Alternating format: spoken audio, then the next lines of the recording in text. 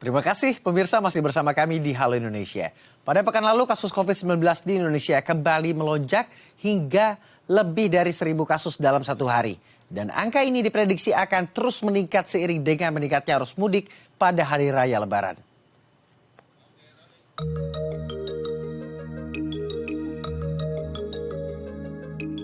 Kasus COVID-19 di Indonesia kembali meningkat di masa musim mudik Lebaran 2023. Menurut Kementerian Kesehatan, kasus COVID-19 pada Jumat 14 April lalu meningkat sebanyak 1.117 kasus. Sehingga total kasus COVID-19 di Indonesia mencapai 6.755.600 kasus. Angka tersebut masih berpotensi mengalami peningkatan di tengah tingginya jumlah masyarakat yang akan menjalani mudik Lebaran tahun ini.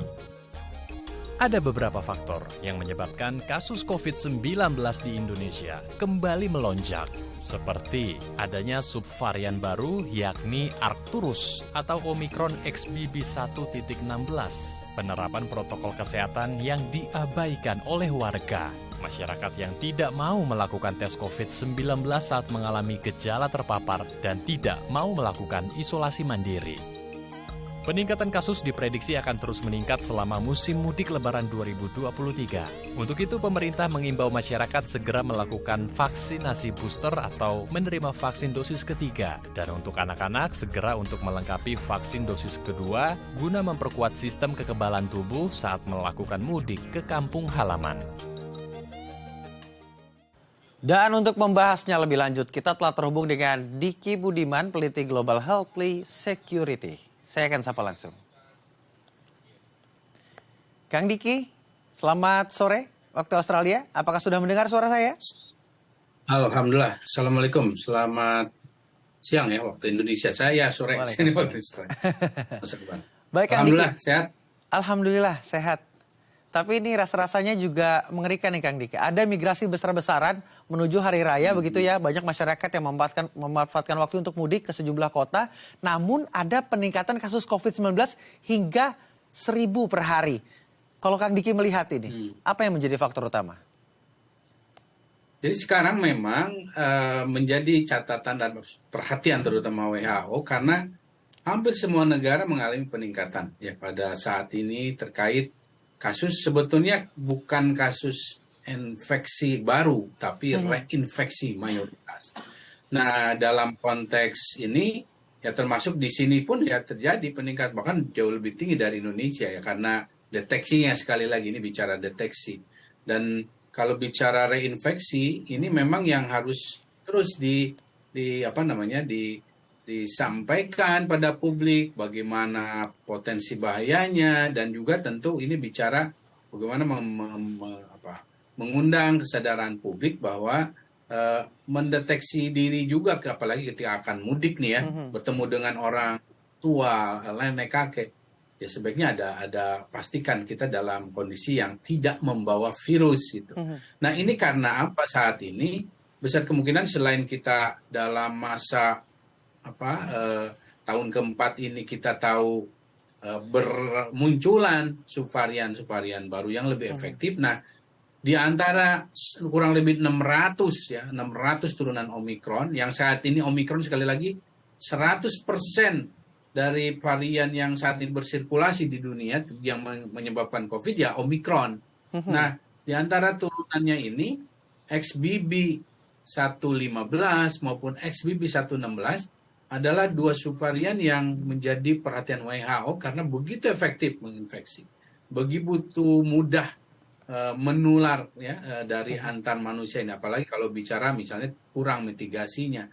Ini terutama semakin meningkat potensi risikonya ketika mobilisasi manusia begitu tinggi dan kepadatan juga tinggi. Ini yang terjadi terutama ya di India dan saat ini di Indonesia ya, apalagi di era mudik ini. Nah, ini sekali lagi yang harus difahaminya ya. Dan namun ya ingin saya sampaikan bahwa ini nanti akan menjadi seperti Delta atau itu ya enggak ya. Jadi jangan terlalu khawatir. Tapi dampaknya pada kelompok yang rawan di antara kita yang terutama ya itu tadi lansia, komorbid, anak ini bisa sangat serius dan bisa sangat fatal. Meskipun artinya jumlah yang berisiko ini tidak sebanyak sebelumnya, tapi mereka tetap signifikan kan, karena penduduk kita banyak. Baik. Ini kan yang harus diperhatikan oleh masyarakat, juga masyarakat harus sadar diri apakah jangan-jangan saya kondisi tidak fit ini sedang membawa virus, artinya harus ada tracing pribadi yang dilakukan oleh masyarakat. Terus yang kedua, ini turunan Omikron seperti XBB ini menjadi ancaman. Saya ingin ke pertanyaan pertama dulu.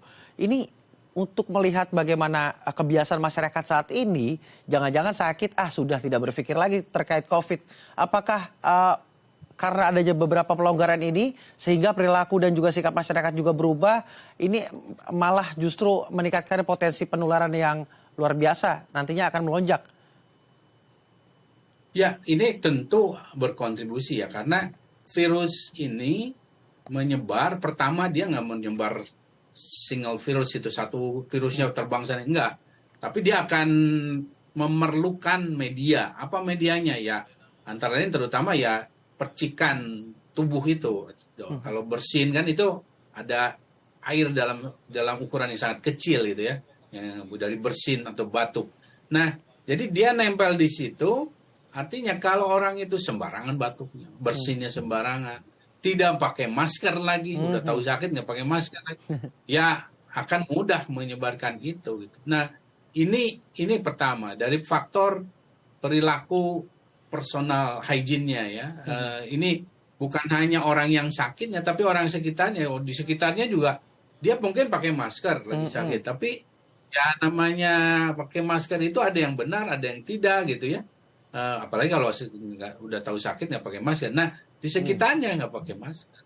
Nah, ini yang sekali lagi si droplets itu ya akan bisa terhirup gitu ya, dan itu yang menularkan.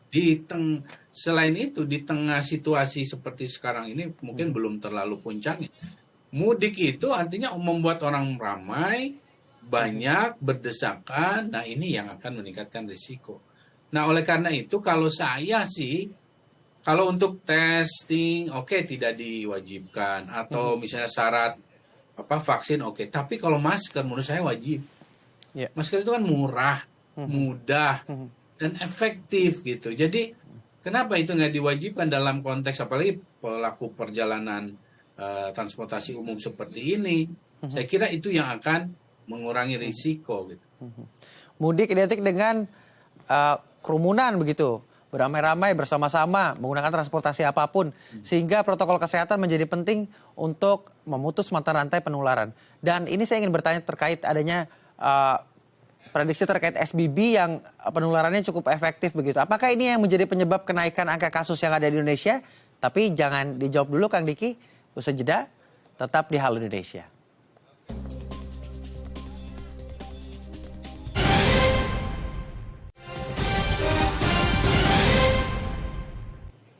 Terima kasih pemirsa masih bersama kami di Halo Indonesia. Kami masih akan melanjutkan perbincangan kita bersama Diki Budiman selaku peneliti Global Healthly Security.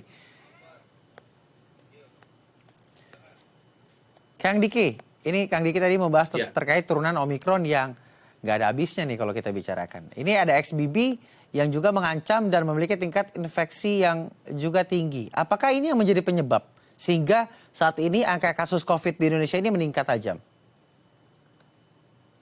Bisa jadi ya, karena tentu untuk menjauh ini perlu dua data. Tapi setidaknya kecenderungan yang terjadi atau tren yang terjadi di India, negara yang 22 bahkan lebih ya sekarang, negara yang sudah terdeteksi melaporkan XBB 1.16 ini, memang terjadi peningkatan akibat kehadiran mereka, termasuk di Australia. Ya. Di sini juga termasuk sebetulnya belum bisa meninggalkan juga peran dari XBB 1.15 gitu. Dan karena mereka juga kalau dikatakan data yang di Australia menunjukkan XBB 1.15 ini masih lebih dominan dibanding XBB 1.16 yang relatif baru, tapi cepat banget pertambahannya ya. Nah, ini yang tentunya berdampak pada peningkatan kasus. Sekali lagi, yang dibawa baik itu oleh XBB 1.15 atau 1.16 itu adalah risiko proporsional. Risiko proporsional itu risiko yang lebih tinggi, harus diwaspadai pada kelompok yang sudah memang punya faktor risiko gitu, seperti lansia, anak di bawah, khususnya di bawah 3 tahun.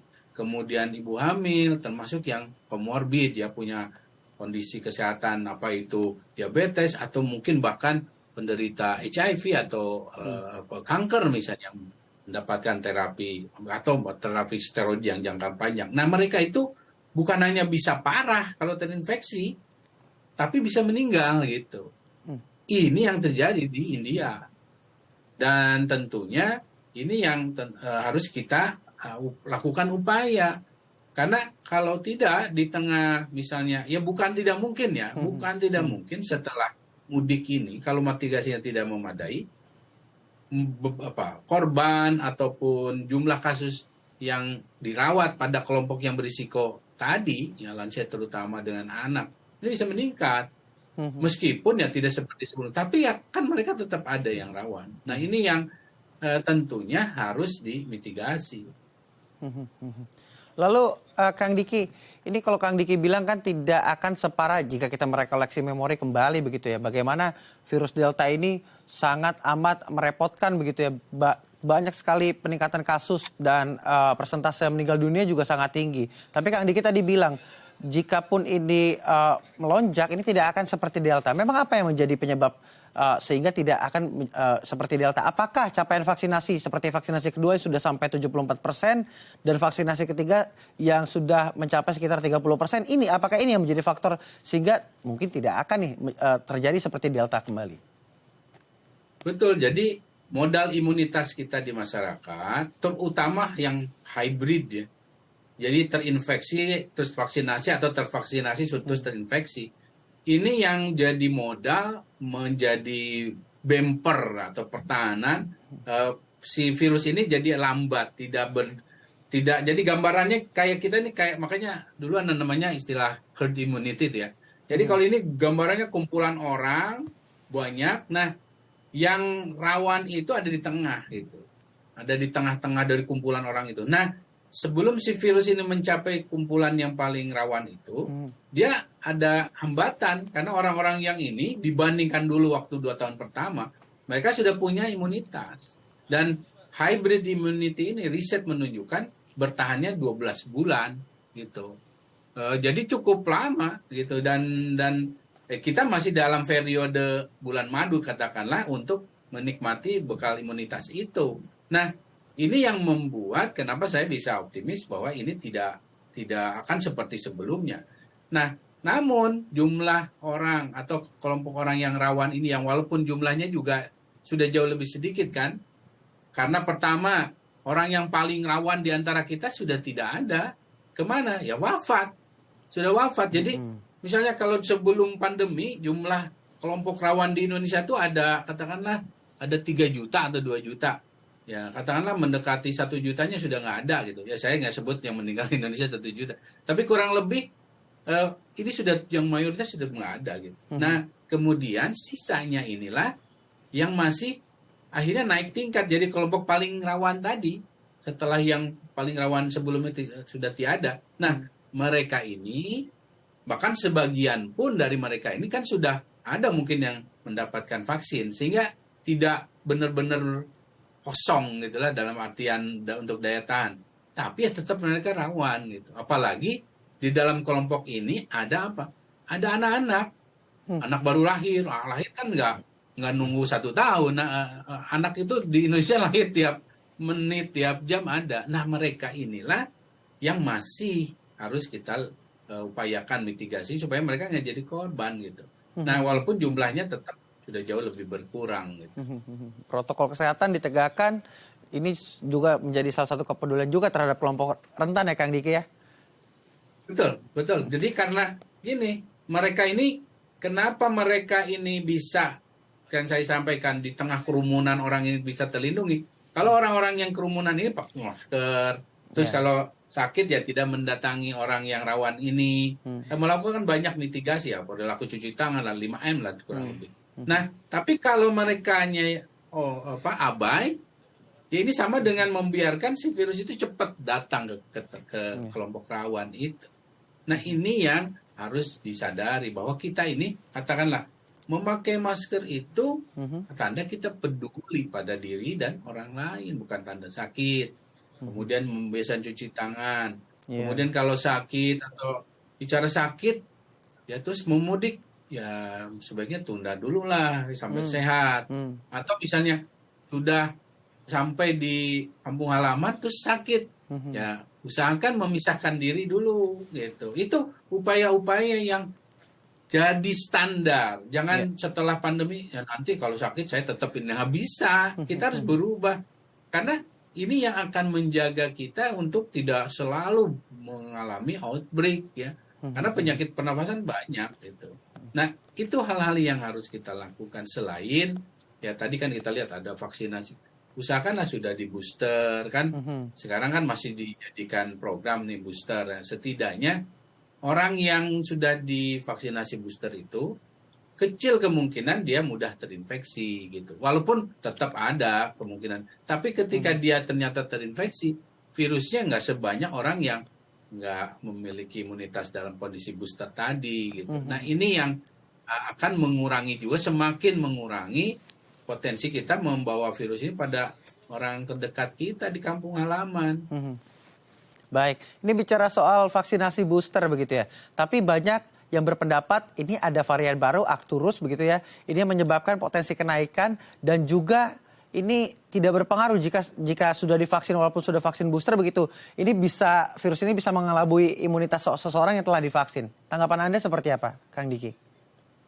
Memang dari dua manfaat vaksinasi yaitu dalam mencegah seseorang tidak terinfeksi, dalam mencegah ketika dia terinfeksi kemudian tidak menularkan, ini makin menurun dengan kehadiran subvarian apalagi XBB 116 ya. Jadi dia walaupun sudah booster tetap terinfeksi, tapi tetap dia itu tidaklah seperti kalau dia belum di booster ya. Tadi jumlah virusnya nggak banyak, kemudian juga penularannya ada tapi kembali kalau orang yang booster dengan orang yang booster ketemu yang satu terinfeksi, ya lebih mengecil gitu resikonya itu dia apalagi kalau ini pakai masker lagi gitu. Nah ini, namun memang kalau bicara vaksin saat ini ya kita harus mengakui data ilmiah menunjukkan bahwa bahkan di negara maju yang dijadikan program booster adalah sudah bukan lagi misalnya Pfizer, Moderna yang generasi kita pakai kemarin dan sekarang misalnya, tapi mereka udah ke bivalent vaksin. Bivalent vaksin itu sudah vaksin yang terkini mengadres, merespon subvarian Omicron gitu. Nah ini yang sekarang di negara maju dipakai. Tapi apakah vaksin ini apakah sudah ada di Indonesia? Saya kira untuk beberapa dalam kelompok jumlah tertentu sudah ada ya, walaupun harganya memang relatif mahal juga ya. Tapi kalau bicara untuk program untuk masyarakat tampaknya belum memungkinkan ya. Selain juga ya bukan berarti yang Pfizer, Moderna yang sebelumnya itu sama sekali tidak efektif. Sebenarnya tetap cuma ya kalau dibandingkan ya tetap lebih efektif yang baru ini bivalent. Tapi menurut saya ke depan, misalnya tahun depan atau akhir tahun ini, bisa saja pemerintah mengadakan, tapi vaksin ini kan jangan dibayangkan, wah ada ini lagi, nanti saya vaksin. Enggak. Rekomendasi WHO sekarang itu, dan saya juga sepakat ya bahwa, dan saya sudah sampaikan ini sejak tahun-tahun lalu, ke depan tren masalah vaksin ini hanya pada kelompok berisiko tinggi, lebih diperlukan, dimandatorikan atau diwajibkan untuk booster. Kalau kita ya Mas Akbar, Bang Andrew gitu ya nggak Mas Imam ya nggak ada Mas Imam itu nggak usah dulu gitu. Kita ya mau 1-2 tahun itu nggak masalah, kecuali kita masuk misalnya oke, saya ini kayaknya kayak mau pergi ke katakanlah mau ke umroh misalnya, naik haji. Menurut saya harus jadi bagian yang direkomendasikan selain misalnya vaksinasi flu, vaksinasi meningitis gitu. Nah, tapi dia kan nggak bisa sama, harus ada jeda sekitar 1-2 minggu lah. Nah, itu yang akan berlaku. Tapi tidak akan semuanya terus tiap tahun divaksin. Ya enggak, hanya kelompok yang rawan aja. Baik. Terutama nanti anak-anak tuh yang baru. Baik, tentu semua juga berharap artinya COVID-19 dapat entas begitu dari Indonesia maupun juga dari dunia sehingga kita dapat hidup dengan kualitas yang baik juga. Dan terakhir Kang Diki, tips untuk masyarakat yang ingin melakukan mudik juga tetap aman, nyaman dari COVID-19. Ya, mudik aman itu artinya mudik dengan aman kita sendiri secara individu yang mudiknya nih sehat ya. Dan sehat ini kalau bicara standar WHO ya bukan hanya sehat badannya tapi sehat pikirannya, termasuk yang ada kecelakaan kan ya. Dalam konteks inilah itu yang harus dipastikan ya. Artinya ini perjalanannya mungkin masih dalam situasi puasa ya harus cukup minum makan bergizinya ya, artinya sahur atau berbukanya, karena itu akan menjadi modal untuk kekebalan tubuh kita juga. Selain perilaku tadi ya, pakai masker lah. Menurut saya dari sejak pergi sampai di sana itu pakai masker. Jadi kalau bisa, tapi jangan sampai terus pakai. Kalau bisa, misalnya perjalanannya sudah lebih dari 6 jam, menurut saya setidaknya gantilah dalam 3-4 atau ya paling maksimal 6 jam itu udah ganti lagi maskernya. Baik. Nah ini yang akan dilakukan, dan di dalam konteks di kampung halaman ya tetap hati-hati tadi ya. Jangan langsung kalau bisa mandi dulu, cek dulu kondisinya baru ketemu. Baik, ini masyarakat harus tetap memperhatikan protokol kesehatan untuk juga menghindari dari penyebaran virus COVID-19, juga memperhatikan asupan makanan agar tetap menjaga imunitasnya, memilih makanan yang bergizi, dan selain itu istirahat yang cukup ketika melakukan perjalanan jarak jauh. Terima kasih Kang Diki telah berbagi bersama kami di Halo Indonesia. Sami-sami. Selamat beraktivitas Kang. Assalamualaikum. Baik, menjelang Hari Raya Idul Fitri, asisten rumah tangga infal mulai marak dicari warga. Informasinya akan kami sajikan sesaat lagi, tetap di Halo Indonesia.